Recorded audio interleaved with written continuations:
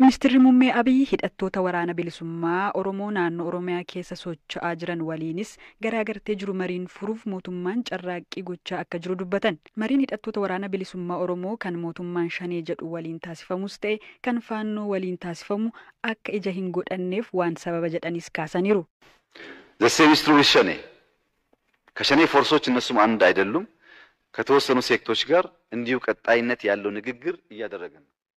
ይሄ ንግግር ፍሬያማ ሸኔ ወሊንስ ዋንሞ ወልፈካቱ ጎቻ ቱሬ humnoonni shanees tokko miti murna muraasa waliin marii walitti fufinsa qabu gochaa jirra. Mariin kun bu'aa qabeessa akka ta'u wanti taasisuu dhorke humnoonni baay'een maqaa tokkoon waamaman kan jiran waan ta'eefidha. Murna tokko waliin walii galuun bu'aa guutuu fiduu dhiisuu danda'a. Haa ta'u malee rakkoo nageenyaa biyya kanaa isa dhumaa kan furu marii waan ta'eef ammas Itoophiyaa keessatti sababoota garaagaraatiin humnoota ejjennoo faallaa qabatanii jiran waliin hanga har'aatti iccitiidhaan mariin gaggeeffamaa tureera waan barbaannuuf itti fufa. Dhimma akka biyyaatti jiruuf ammoo marii biyyaalessaa hammataa jechuun yeroo hunda kan iyyinuuf namni hundi gaaffii ni qabaafi dhimmoota kaleessaa irratti kaasuu ni qaba. Dhimmoota kana mari'atee marii miira kennanii fudhachuutiin qixa qabsiisuun wantoota waloo ta'an yoo uummanne nageenyaaf tasgabbiin yoo jiraate bulchiinsi gaariin yoo fooyyee biyya kalaqu mootummaa kalaquu fi dargaggeessa kalaqu uumuu dandeenyaan guddinaaf badhaadhinni fidnu hammataa yoo ta'e qaamni moggaafamu yoo hin jiraanne ni milkoofna. ኢኖቬቲቭ ወጣት መፍጠር ከቻል የምናመጣው እድገት የምናመጣው ብልጽግና ኢንክሉሲቭ ከሆነ የሚተው አካል ከሌለ ወራን ቢሊሱማ ኦሮሞ ከናን ዱረ መሪን ነጋ ከንፈሸለ ሞቱማን ኢትዮጵያ አዴምሰሳ ስሬሱ ሃንቀቹ ተው ኢብሱን ፌዲን ሞቱማ ኢትዮጵያ ሆገንሰ ወቦ ኦፊቲ መኩ መሌ ረኮ ቡኡራ ነገኛፍ ሲያሳ ብየቲ ፍሩራ ከን መቄዳ ጀዴ Ministeerri muummee Abiy Ahmed hidhattoota naannoo Oromiyaa fi Amaaraa keessa sosso'an waliin mootummaan marii itti fufinsaan gaggeessaa jira jechuun dubbatan.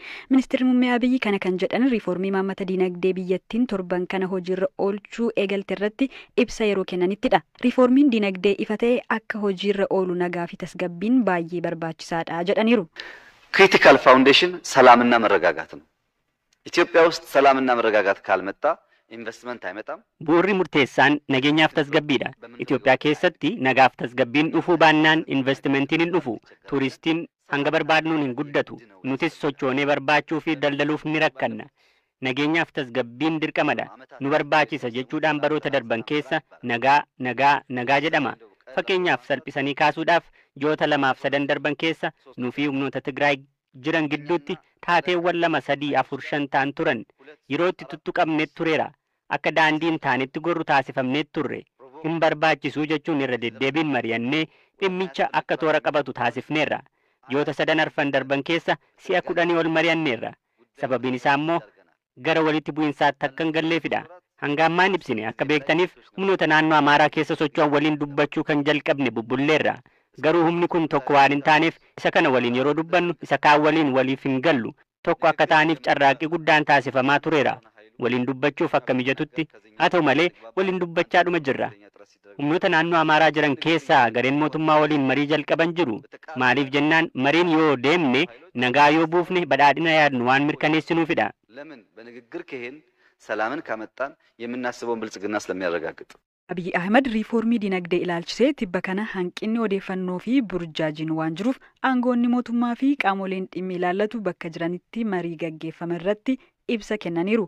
Haaromsa kana kan adda godhu harka qalleeyyii irratti waan xiyyeeffatuufidhas jedhaniiru. Sababa haaromsa kanaan kutaan hawaasaa miidhamu jira kan jedhan Ministeerri muummee Abiy kana wal madaalsisuuf mootummaan hojjettoota mootummaa miindaa gadaanaa argataniif daballii miindaa akka taasisu akkasiin ibsan.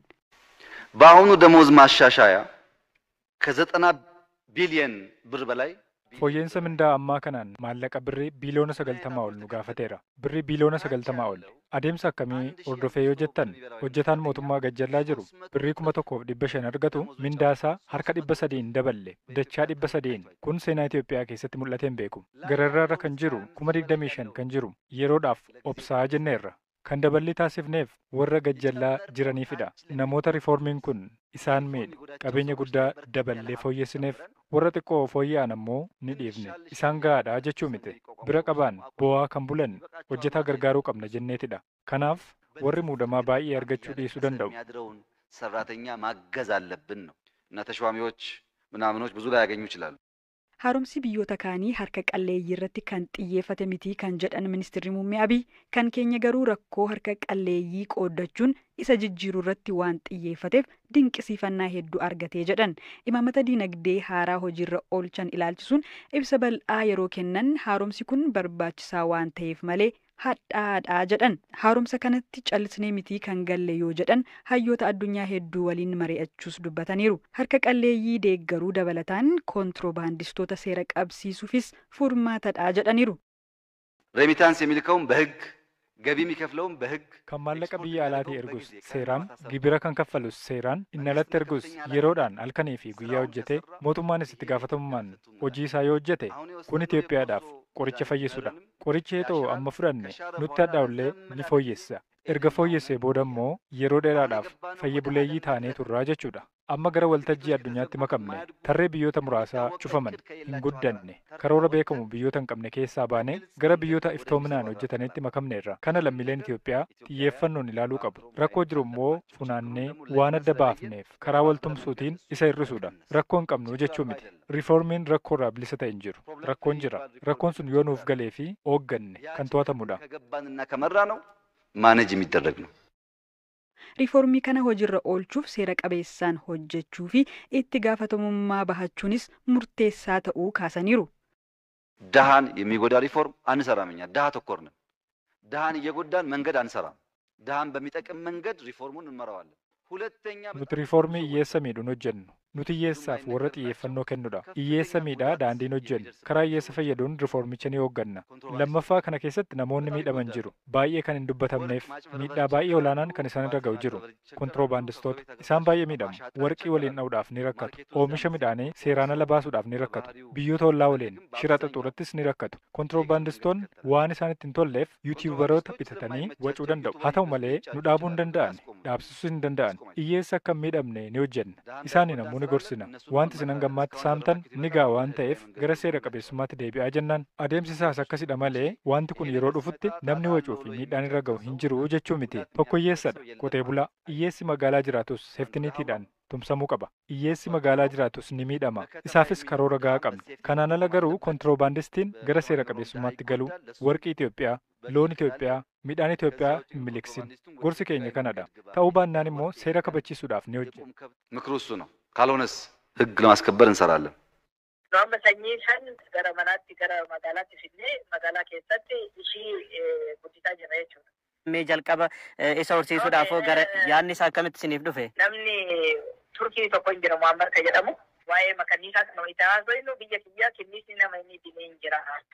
Kanaafuu kinniisa nama inni dine kana waliin osoo hojjennee galii guddaa itti argachuu dandeenyee odeeffannoo akkanaa nutti himee ture.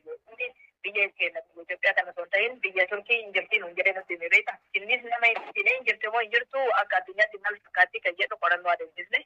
Kinniisni nama inni dine kun garuu kinniisa dammadaamuu ta'uusaa bara. Akka qoratanii qorannoon hin jira garuu immoo kana irratti hojjetamee waan jiru hin ibsu.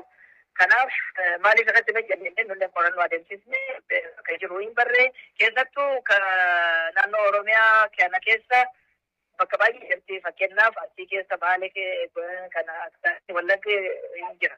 Kinniisa kana haala inni wannoo isaa feevarii isaa maal fakkaata dhuguma nama iddamoo nama hin iddu hin baratamoo hin baratu dagala keessaa bahee magaalaatti hin galamoo hin galu. Kana irratti adeemsisuudhaan gara magaalaatti finnee gara mana keenyaatti finnee waan kana shaakaluu jalqabnee saniin bu'aa qabeessa jennee naggaadiraasa irratti dorgomuu kan jennee. Mee gama oomisha dammaatiin gosti kanniisaa kun akkami dammi isaa? Kanniisni kun kanniisa qaaliidha. Akka fayyaatti argamuu hin danda'u. Karaa aadaa kanaan qabamu irratti mul'ata. Namoonni kanniisaaf kunuunsa gahaa hin godhan. Kanaafuu isaan damuu marraa barbaadan malee kanniisa waan barbaadan hin jiru. Kanaafuu kanniisni adeemsa damma murasan irratti haala du'utu itti qunnamu. Kun immoo akka rakkoo tokkooti. Lammaffaa immoo kanniisni kun bosona keessa waan jiruuf yookaan immoo lafa keessa jira. Bosonallee haa ta'u malee lafa keessa jira. Dammi isaa qulqullina hin qabu. Karaa aadaatiin irraa muramu. Maaliif biyyee wal makaa tokko kunillee akka rakkootti argineerra. Sadaffaa immoo baay'ee nama hin qabu dammi kun. inni lafa keessa waan jiruuf lafti kaa inni humni isaa kinniisa sadoo argite kikkishu. Kanaafuu boolla keessa gala boolli kun immoo bal'aa ta'uu qaba. Kanaafuu akka fedhii isaatti deemee akka fedhii isaatti bal'ifatee dammeessee damma san baay'ee godhuu hin danda'u. Kun akkana rakkoo akkanaatu isarra jira. Ka akkanatti rakkina amma irra ga'e kana tokkoffaa kanniisni akka hin duune lammaffaa dammi isaa qulqulluu akka ta'u sadaffaa baay'ina akka qabu godhuufi. Nulleen amma kaayyoon kennamaan haala duubatti hafaa kanarraa gara ammayyaatti finnee isaa waan tolutti yoo kan tolchinu taate kanniisni kun wanti ajaa'ibu kanniisa idilee kanarra kanniisa kanatu salphaadha. Kanniisni kun amma yeroo baay'ee bishaan yoo dhabe baay'ee turuu danda'a. Hongeen yoo dhufe hongee san dandamachuu danda'a jechuudha.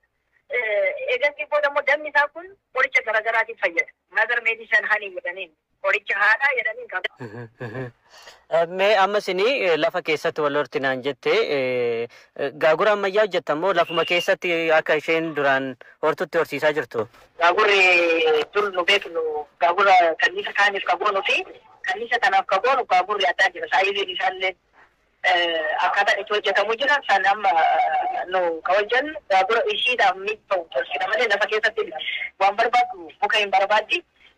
Biyyee diimaa jira. Biyyee diimaa kana hin barbaaddi. Sirriitti diimaa kan ta'een akka bunni kan jiru barbaaddi. Mana ishii kanaan fulfoolidha yookaan immoo haancaa ka'ee nutaniin dalaganti. Kana kan ishiidhaan mijeessuudhaan akkaataa manuma ishii waliin mana ishii kana fuuneetu gaagura keessa goona. Gaagura keessa erga gooneen booda immoo damma ishii akkaataa irraa murantu jira. Akkaataa ittiin murantu jira malee mana